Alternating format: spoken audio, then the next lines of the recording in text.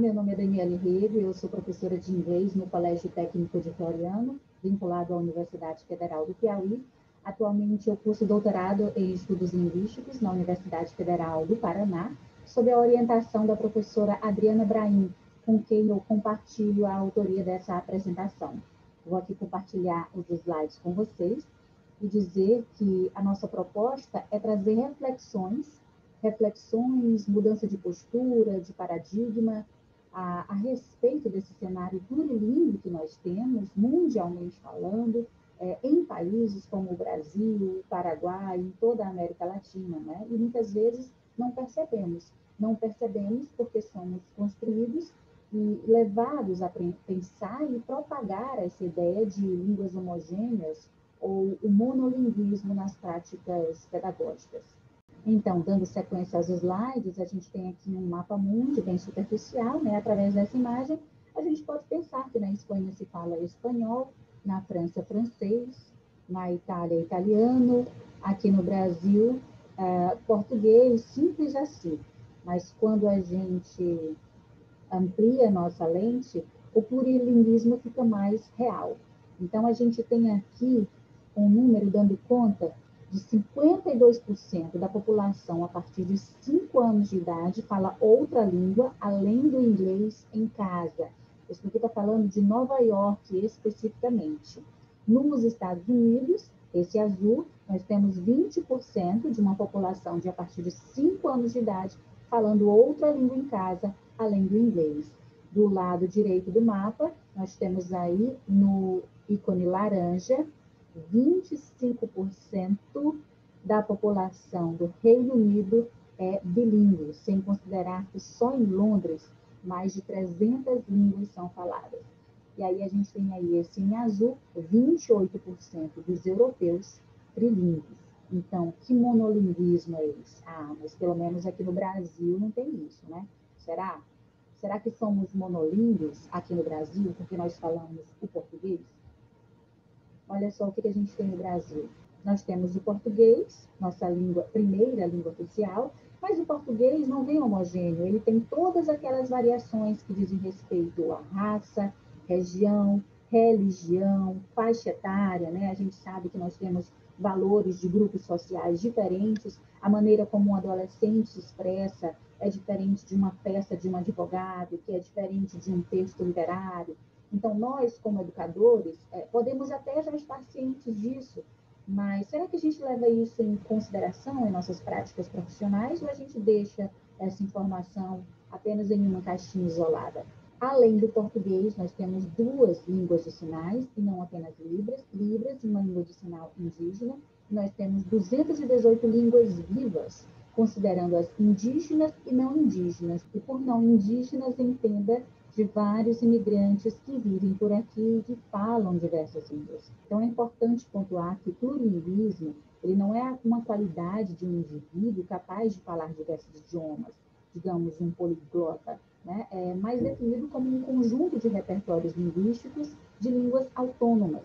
E práticas pedagógicas que valorizam o plurilinguismo são práticas que dão espaço ao repertório linguístico e a todo o conhecimento de mundo do aprendiz, valorizando, assim, trocas mais comunicativas e rompendo com fronteiras linguísticas que já são consequência das fronteiras geográficas.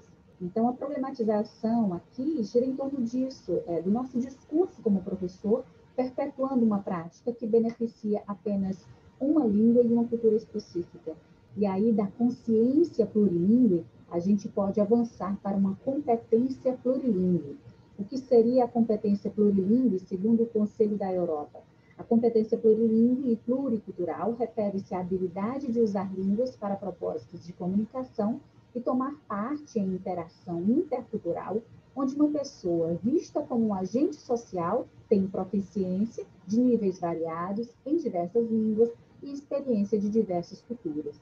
Quando a gente desenvolve a nossa competência plurilingüe, a gente é capaz até de minimizar as práticas de othering, seja em sala de aula ou em nossas relações sociais. O que é o othering?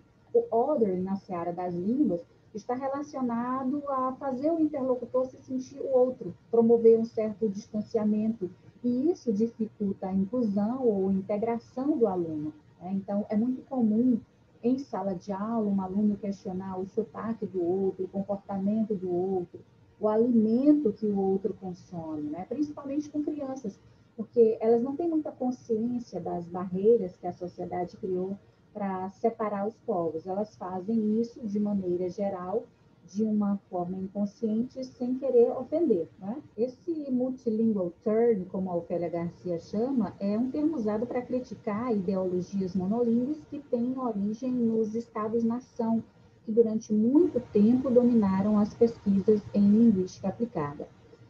Quando a gente tem um cenário exolíngue, a gente tem 4 opções de comunicações, né?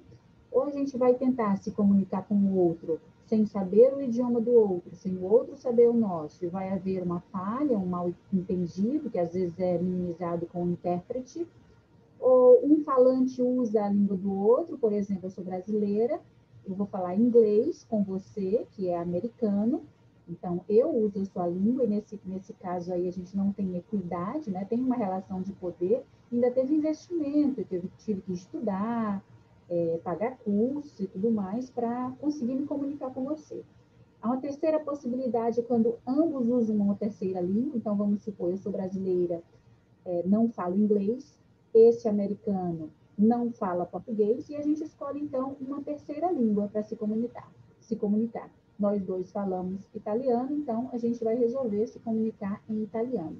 E existe uma quarta possibilidade, que é quando todos usam sua língua de escolha. E é aqui que nós teremos a intercompreensão, sobre a qual eu resolvi falar com vocês, até porque ela está muito presente nas nossas relações, né? E segundo Escudé e Olmo, a intercompreensão é uma prática ancestral e muita gente usa de forma intuitiva, não é? Sem saber que existia uma teoria a respeito, a gente já faz isso quando viaja. Por quê? Porque existe o ato volitivo, existe a intenção, o desejo de se comunicar, que é essencial. Olha só esse texto aqui, a gente dá de cara com o texto e vê a intercompreensão. Eu, que não sei falar francês, compreendi a mensagem, né? Compreendi tudo? Não, mas o principal do sentido eu consegui. O que me ajudou a construir sentido? Minha própria língua materna, né? Como ela pertence ao mesmo contínuo de línguas do francês, essa familiaridade favorece a comunicação. É uma vantagem do ponto de vista da equidade, né? Nós conseguimos entender, ao menos parcialmente, o enunciado. Então, eu acredito que trabalhar uma tabelinha dessas aqui, olha, com as línguas românicas, leve o aluno a perceber o que é isso quando você fala em família de línguas, né? E que portas nós temos abertas para a construção de sentidos. O português integra a família dessas línguas românicas, né, que constituem no sul da Europa e na América Latina uma área de contínuo linguístico onde a compreensão mútua ela vai facilmente se desenvolver. Quando você olha para essa tabela, a área de transparência fica mais visível e a gente percebe que sim, que visualmente a gente reforça também a ideia de que nenhum idioma é isolado, nenhuma língua é pura, todas as línguas que coexistem, que estão em contato, elas têm influência umas nas outras, né? E assim, o professor contribui com o desenvolvimento não apenas de uma consciência, mas de uma competência plurilíngue. Nós finalizamos, então, com Boaventura Santos, que diz que não existe justiça social sem justiça cognitiva. Boaventura é um sociólogo português que trouxe a proposta da ecologia de saberes, né, da valorização do saber popular e junto com o conhecimento científico, e problematizou essas relações de poder, né? Ele traz uma crítica decolonial que não tem o objetivo de excluir as línguas hegemônicas, mas fazer com que elas dialoguem com as outras, tornar visível essa pluralidade de saberes, de línguas e culturas invisibilizadas pela colonialidade. E essa ética que ele sugere em relação ao multi e ao plurilinguismo implica em ter uma atitude positiva diante do novo, do desconhecido e do heterogêneo.